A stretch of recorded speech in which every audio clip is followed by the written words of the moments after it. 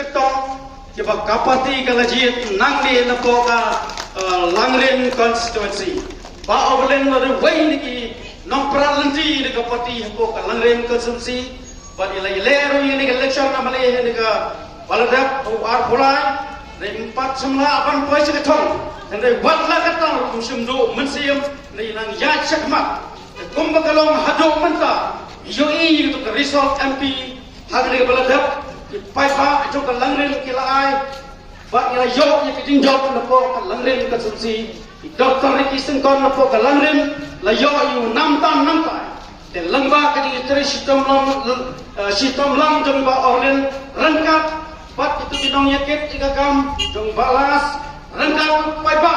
ila ai ke jing kersa nam tai ba ni kermens kam ruba ni uketong ba ka parti kalibet pan penyeng nantai napo kan Langren konsumsi hagani ke MDC ke Salom Chen government kam pamapi kwaiba kini ai susu ini jadi terisitom namba mila panpoi seketong kan penolong ini thong di pakar parti kita dan boleh pun boleh dan nanta voice ini ke mokra dan yang joko parti na prank itu boleh apply tiket baru parti kalau ibet pansai pat banjir tiba penkrau harjarin kerpati bersuara dia leisbon ba penkrau terkalian jauh parti ru kalau sai bat kalau jit jadi kumway ni ketong belong samla ramba ubelai la banong ba parti kebu hati lagi kena opi tresidam pati dah kickbox ke yang teru yang di berarut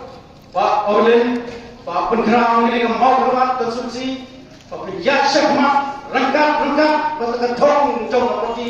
kumbakala bobai orenti rangkat pati paipa pati nom besar kerana sekarang pati yak nanti jopi hapo ini mau hormat konsumsi kenyok pantai usok jong kejijau pat rangkat kecil depan yang baru boleh try hingga MP election napo kene ke mau keluar